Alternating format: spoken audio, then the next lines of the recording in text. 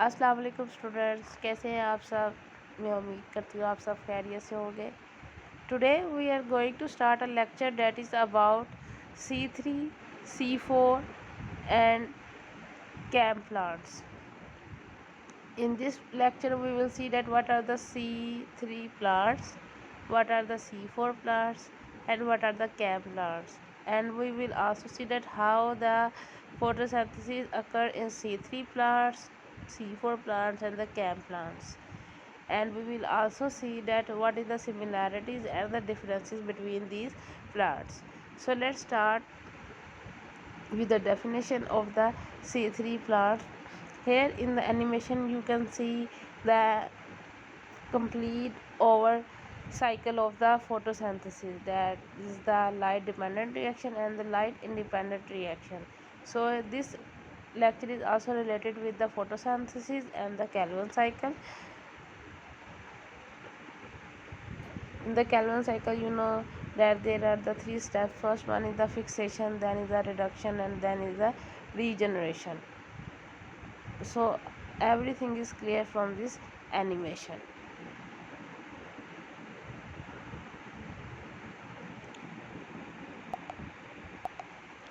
Based upon the system of the photosynthesis, the plants are divided into three categories. These are the C3 photosynthesis and the C4 photosynthesis and the CAM photosynthesis. So the plants are of three categories: C3 plants, C4 plants and the CAM plant, based upon the system of photosynthesis present in the plant. So let's talk about the C3 photosynthesis and the C3 plants. Plants which use only the Calvin cycle for fixing the carbon dioxide from the air are known as the C3 plants. So the definition of the C3 plants are though is that these are the plants that use Calvin cycle to fix the carbon dioxide from the air. And what happened during the Calvin cycle? In the first step of this cycle, carbon dioxide react with the Rubisco. Rubisco is an enzyme that fix the carbon dioxide and convert it into the 3 carbon molecules of 3 phosphoglyceric acid. So during the first step of the Calvin cycle, 2 molecules of 3 carbon molecules of 3 phosphoglyceric acid is produced. So mean 2 molecules of 3 PGA are produced, that are the 3 carbon that contain 3 carbon atoms. So this is the origin of the C3 plants. So the C3 plants are those plants in which the first product of the carbon dioxide fixation is the 3 carbon containing compound, that is the 3 phosphoglyceric acid. So during the Calvin cycle, when the carbon dioxide fixed with the help of the Rubisco, it is converted into the 2 molecules of 3 PGA. So this is the C3 plants, and most of the plants present on the earth are the C3 plants. So here in these plants, the mechanism of photosynthesis is based upon the Calvin cycle. So the first product of the Calvin cycle is the 3 carbon containing molecule, that is the 3PGA. Let me show you the process in the diagram. Here you can see the structure of the chloroplast, that contain an outer membrane, the inner membrane and the thylakoids. These thylakoids are interlinked with each other through the help of the interconnecting thylakoids channels, and the thylakoids are what? These are the stacks of the grana. Grana are actually the stacks of the thylakoids, and the stroma is actually the gelatinous material that is present inside the membrane. So what happen in the thylakoid membrane. Thylakoid membrane में क्या होता है कि हमें पता है कि जो थैलाकॉइड मेम्ब्रेन में दो तरह के सिस्टम्स होते हैं, photo system 2 and photo system 1. तो लाइट जो सोलर एनर्जी है वो एब्जॉर्ब होती है दोनों सिस्टम्स के थ्रू, और पानी की जो है वो ऑक्सीडेशन होती है, जहाँ पे पानी जो है वो ब्रेक डाउन करता है हाइड्रोजन आयन और ऑक्सीजन के अंदर. ठीक है, तो इस तरह से पानी जो है वो एज आ डोनर जो है वो एक्ट करता है. तो C3 प्लांट में वही प्रोसेस होता है जो कि कैल्विन साइकिल जो हमने प्रीवियस लेक्चर में बड़ी डिटेल के साथ पढ़ी थी. तो यहाँ भी आप डायग्राम में देख सकते हो कि सोलर एनर्जी जो कैप्चर्ड होती है बाय द थैलाकॉइड्स, और द ग्रेनम, ठीक है। यहाँ पे पानी की ऑक्सीडेशन होगी, पानी जो है वो ब्रेक डाउन करेगा किसके अंदर, ऑक्सीजन के अंदर और हाइड्रोजन आयन के अंदर, और यहाँ पे जो है वो NADP प्लस जो है वो हाइड्रोजन आयन को एब्जॉर्ब करेगा और किसके अंदर कन्वर्ट होगा, NADPH में। और ये कहाँ पे बनते हैं, और ADP जो है वो कन्वर्ट होगा ATP के अंदर।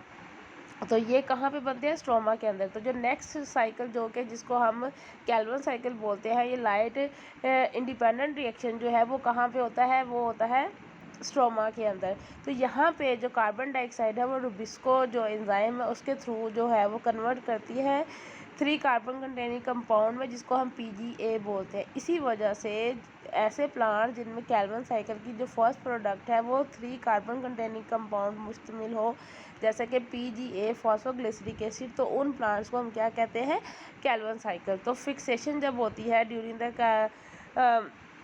कैल्विन साइकिल कार्बन डाइऑक्साइड की, तो रुबिस्को जो है वो उसको कन्वर्ट करता है ऐसे कंपाउंड में जिसके अंदर 3 आइटम्स ऑफ कार्बन जो है वो प्रेजेंट होते हैं। और वो कौन सा है मॉलिक्यूल है, that is the phosphoglyceric acid.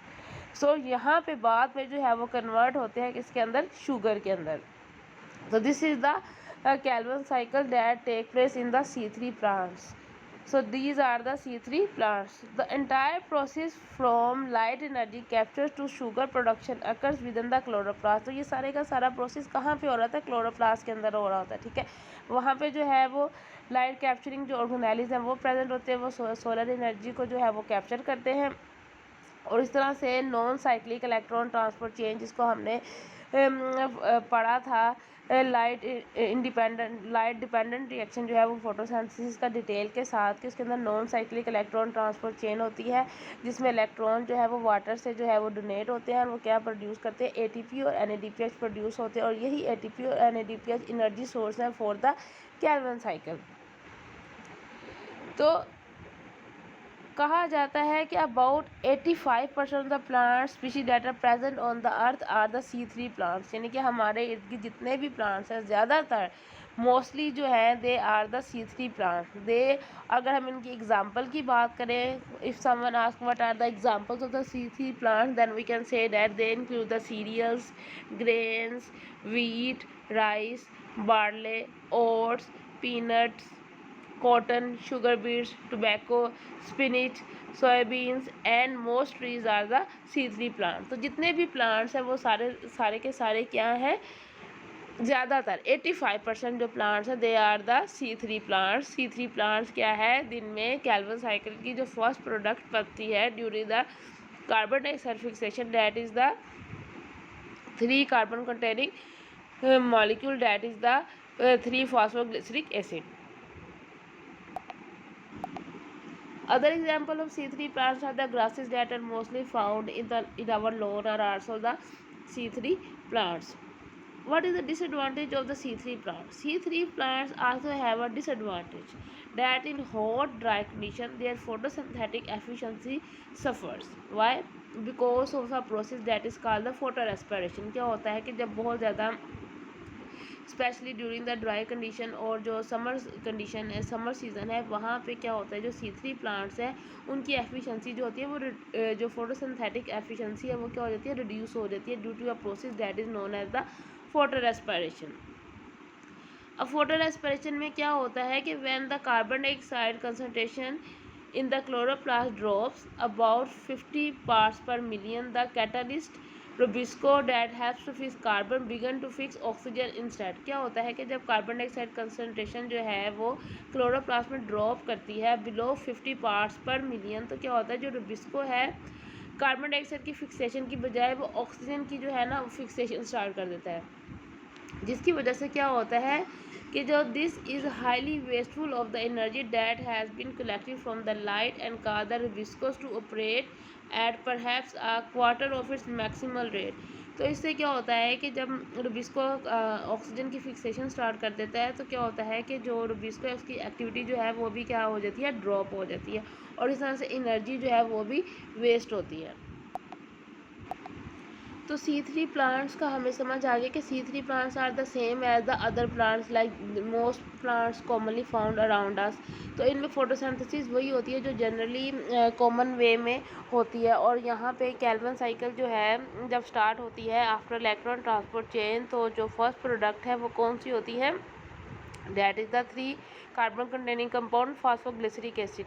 अब इनमें जो ड्रॉबैक है वो क्या है, photo respiration. Photo respiration is a type of respiration that take place in the presence of light. यहाँ पे क्या होता है कि ऑक्सीजन जो है वो रिलीज़ होती है और कार्बन डाइऑक्साइड जो है वो क्या होती है, यूटिलाइज हो जाती है और ऑक्सीजन जो है वो रिलीज़ होती है। तो the problem of photo respiration is overcome in the C4 plants by a two-stage strategy that keeps carbon dioxide high and oxygen low in the chloroplast where the Calvin cycle operates। तो क्या होता है कि ये जो C4 plants हैं उनके अंदर जो है वो दो तरह की स्ट्रेटजी जो है वो अडॉप्ट होती है, जो कि ऑक्सीजन और की कंसनट्रेशन को लो रखती है ड्यूरिंग द फोटोसिंथेसिस और कार्बन डाइऑक्साइड की कंसनट्रेशन को जो है वो हाई करती है।